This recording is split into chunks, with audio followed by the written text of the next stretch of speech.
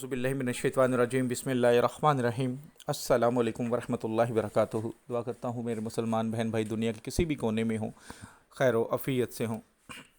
دعا کے لیے جب بھی ہاتھ اٹھائیں مجھے اپنی دعا میں ضرور یاد رکھا کریں۔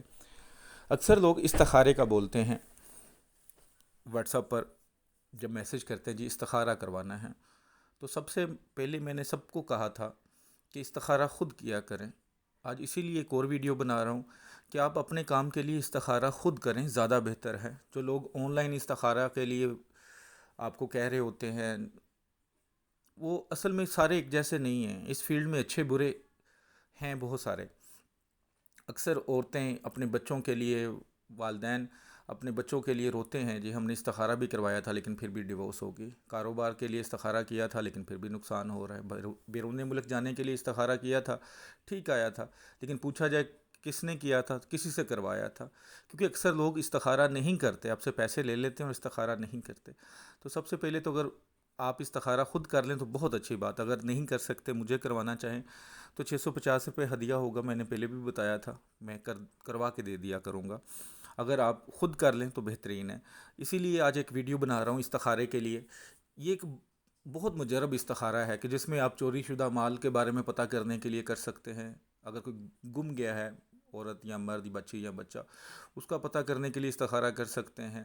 آئندہ کے حالات آپ کے کیسے رہیں گے اس کے لیے یہ استخارہ کر سکتے ہیں۔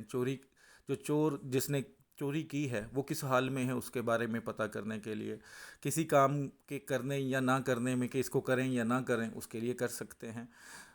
کسی بھی کام میں اللہ کا مشورہ لینے کے لیے یہ استخارہ کر سکتے ہیں۔ سب سے پہلے تو اس کی روحانی اجازت کے لیے جو اس کو کرنا چاہتے ہیں، چینل پر نئے ہیں چینل کو سبسکرائب کر لیں اور گھنٹی والے آئیکن کو پریس کر کے کامنٹس باکس میں انشاءاللہ لکھ لیں۔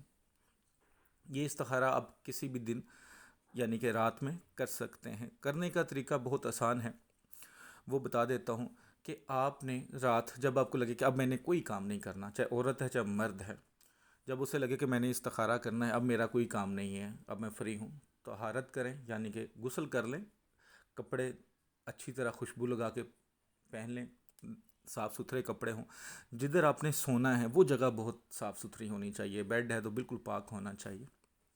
یہ یاد رکھیے گا، ایسا نہیں کہ آپ کو استخارے کے لیے کہا جاتا ہے تو آپ پڑھ لیتے ہیں لیکن بعد میں گندے بیڈ پہ سو جائیں، ایسا نہیں ہونا۔ تو پاک صاف جگہ ہونی چاہیے۔ تو آپ نے ایک آسان سا عمل کرنا ہے، سورہ البقرہ اس کی آیت نمبر 32، یہ آپ کو سامنے نظر آ رہی ہے کہ سورہ البقرہ کا اسکرین شاٹ ہے، اس کی آیت نمبر 32 کا ایک حصہ ہے جو پہلی لائن لگی ہے براؤن کلر کی، سبحانہ کا، یہاں سے شروع ہوگی الحکیم تک آئے گی، یہ ایک لائن ہے۔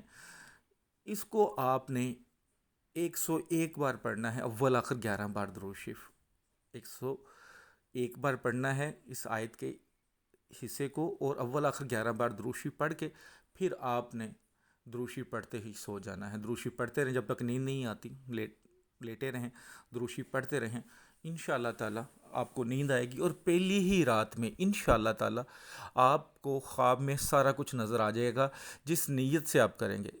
استخارہ آپ نے ایک کام کی نیت سے کرنا ہے، ایسا نہیں کہ 10 نیتیں کر لیں جس اس کے لیے، ایسا نہیں، ایک کام کے لیے کریں، انشاءاللہ تعالیٰ پہلی ہی رات 100% مجھے یقین ہے آپ کو نظر آ جائے گا۔ اگر ایسا نہیں ہوتا تو پھر 3 دن کر لیں، 3 دنوں میں آپ کو خواب نظر آ جائے گا۔ پھر کوئی خواب کا ایکسپرٹ ہے بتانے میں، اگر آپ کو نہیں سمجھ آ رہی تو اس سے پوچھ لیں، ادروائز آپ کو ایسا کھلا اور صاف واضح الفاظ یا واضح نشانی بتائی جائے گی کہ یہ کام ٹھیک ہے یا غلط ہے، تو پھر آپ اس کے مطابق چلیں۔